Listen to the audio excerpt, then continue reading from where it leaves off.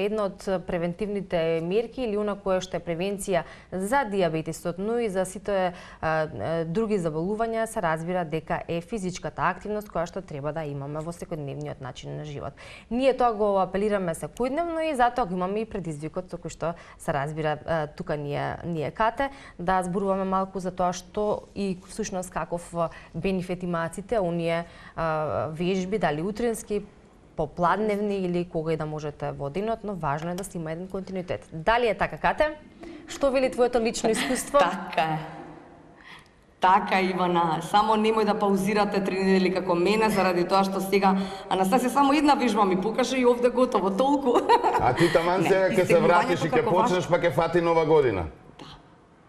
Не, никако. Продолжувам од денеска интензивно. Како беше? Слабеам од понеделник. Ете така. Убаво си го кажавме предизвикот. Значи, стегнувањето како важен сегмент од активниот живот. Тука е Анастасија Петковска, се наоѓаме веќе во нашиот фитнес центар. Добро утро.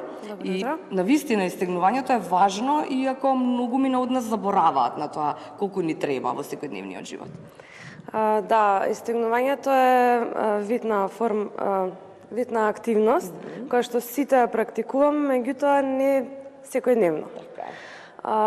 Истегнувањето најчесто се прави по вежбање, меѓутоа има и многу придобивки ако се прави пред вежбање, како загревање. Добро. Исто така имаме и посебни денови кои што се стрикно само за истегнување, односно за опуштање на мускулатурата и тетивите. И исто така може да истегнувањето да биде и терапевско.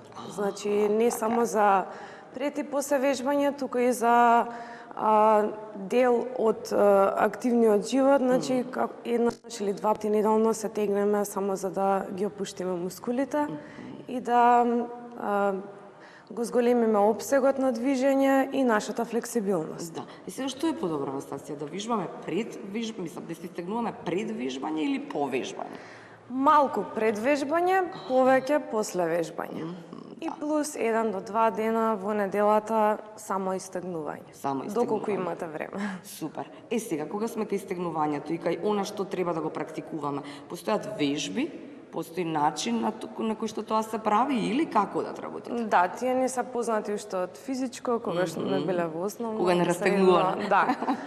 Да, меѓутоа има и повеќе модификации на истегнување за луѓе што не се толку флексибилни, што се повеќе флексибилни.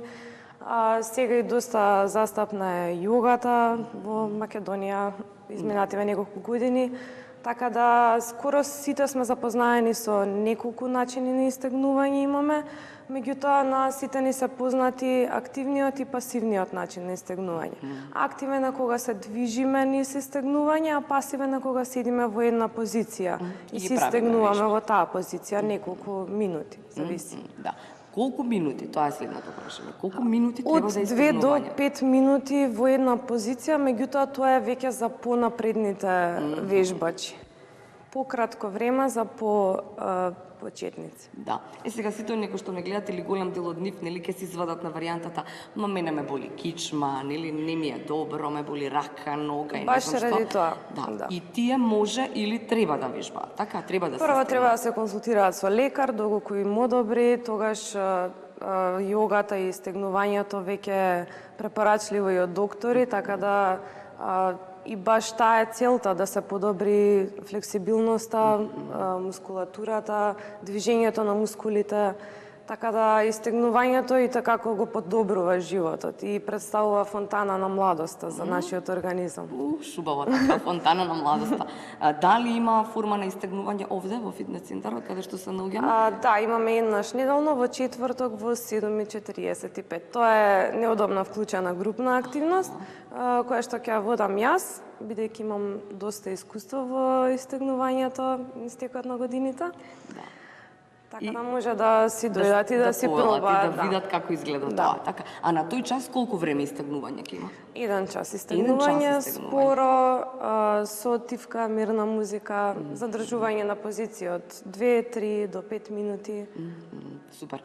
Како го научи себе ова, практикувајќи на себе, учеше од некога? Да, посетував доста часови, гимнастика, флексибилност, акробатика и така, некои повеќе активности кои што ме научија доста, како и јогата нормално.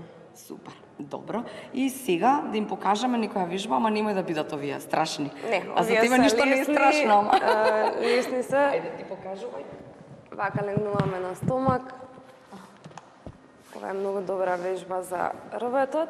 Добро. Ги ставаме рацете под прав агол. И вратот ќе биде малку надоле. Од тука со левата рака се фаќаме левата нога. И стегнуваме сега. Тебе веројатно ништо не те боли, така? Не. Од тука менуваме сега. Доколку не можеш од оваа страна, малце ќе ја закосиш во агол. Добро.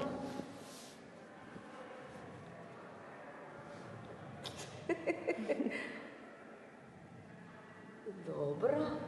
Успеав? Одлично. И од тука може да пробаш малку повеќе да се кренеш.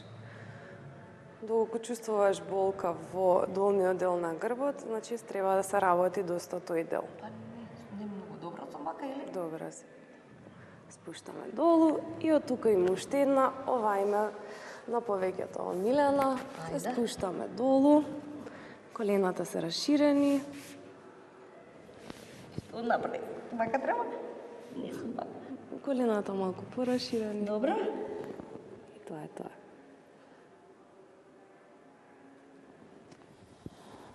Боли кичма. Уште ми треба вежбање или добро? Анастасија, ти благодарам, чекай да видам. Доволна е? Да. Јас мислам дека е доволна, а ние може да си продолжиме заради тоа што готово. Ја умрев, ама добро, тоа е заради тоа што 3 недели не бев активна во однос на вежбањето и сето она што се случува. Се надевам дека ова е само предизвик за сите оние кои што се се уште заедно сутринска на Телма. Истегнување е важен сегмент, а во четврток во 19:45, така? Или во 7:30 са бајле? Извинете, За во добар почеток на денот. Во 7:45 са бајле, јас не разбрав убаво. Анастасија ве очекува на 1 час истегнување, да видите како ќе се подмладите. Како беше фонтана на младоста. Фонтана на младоста. Ве очекуваме.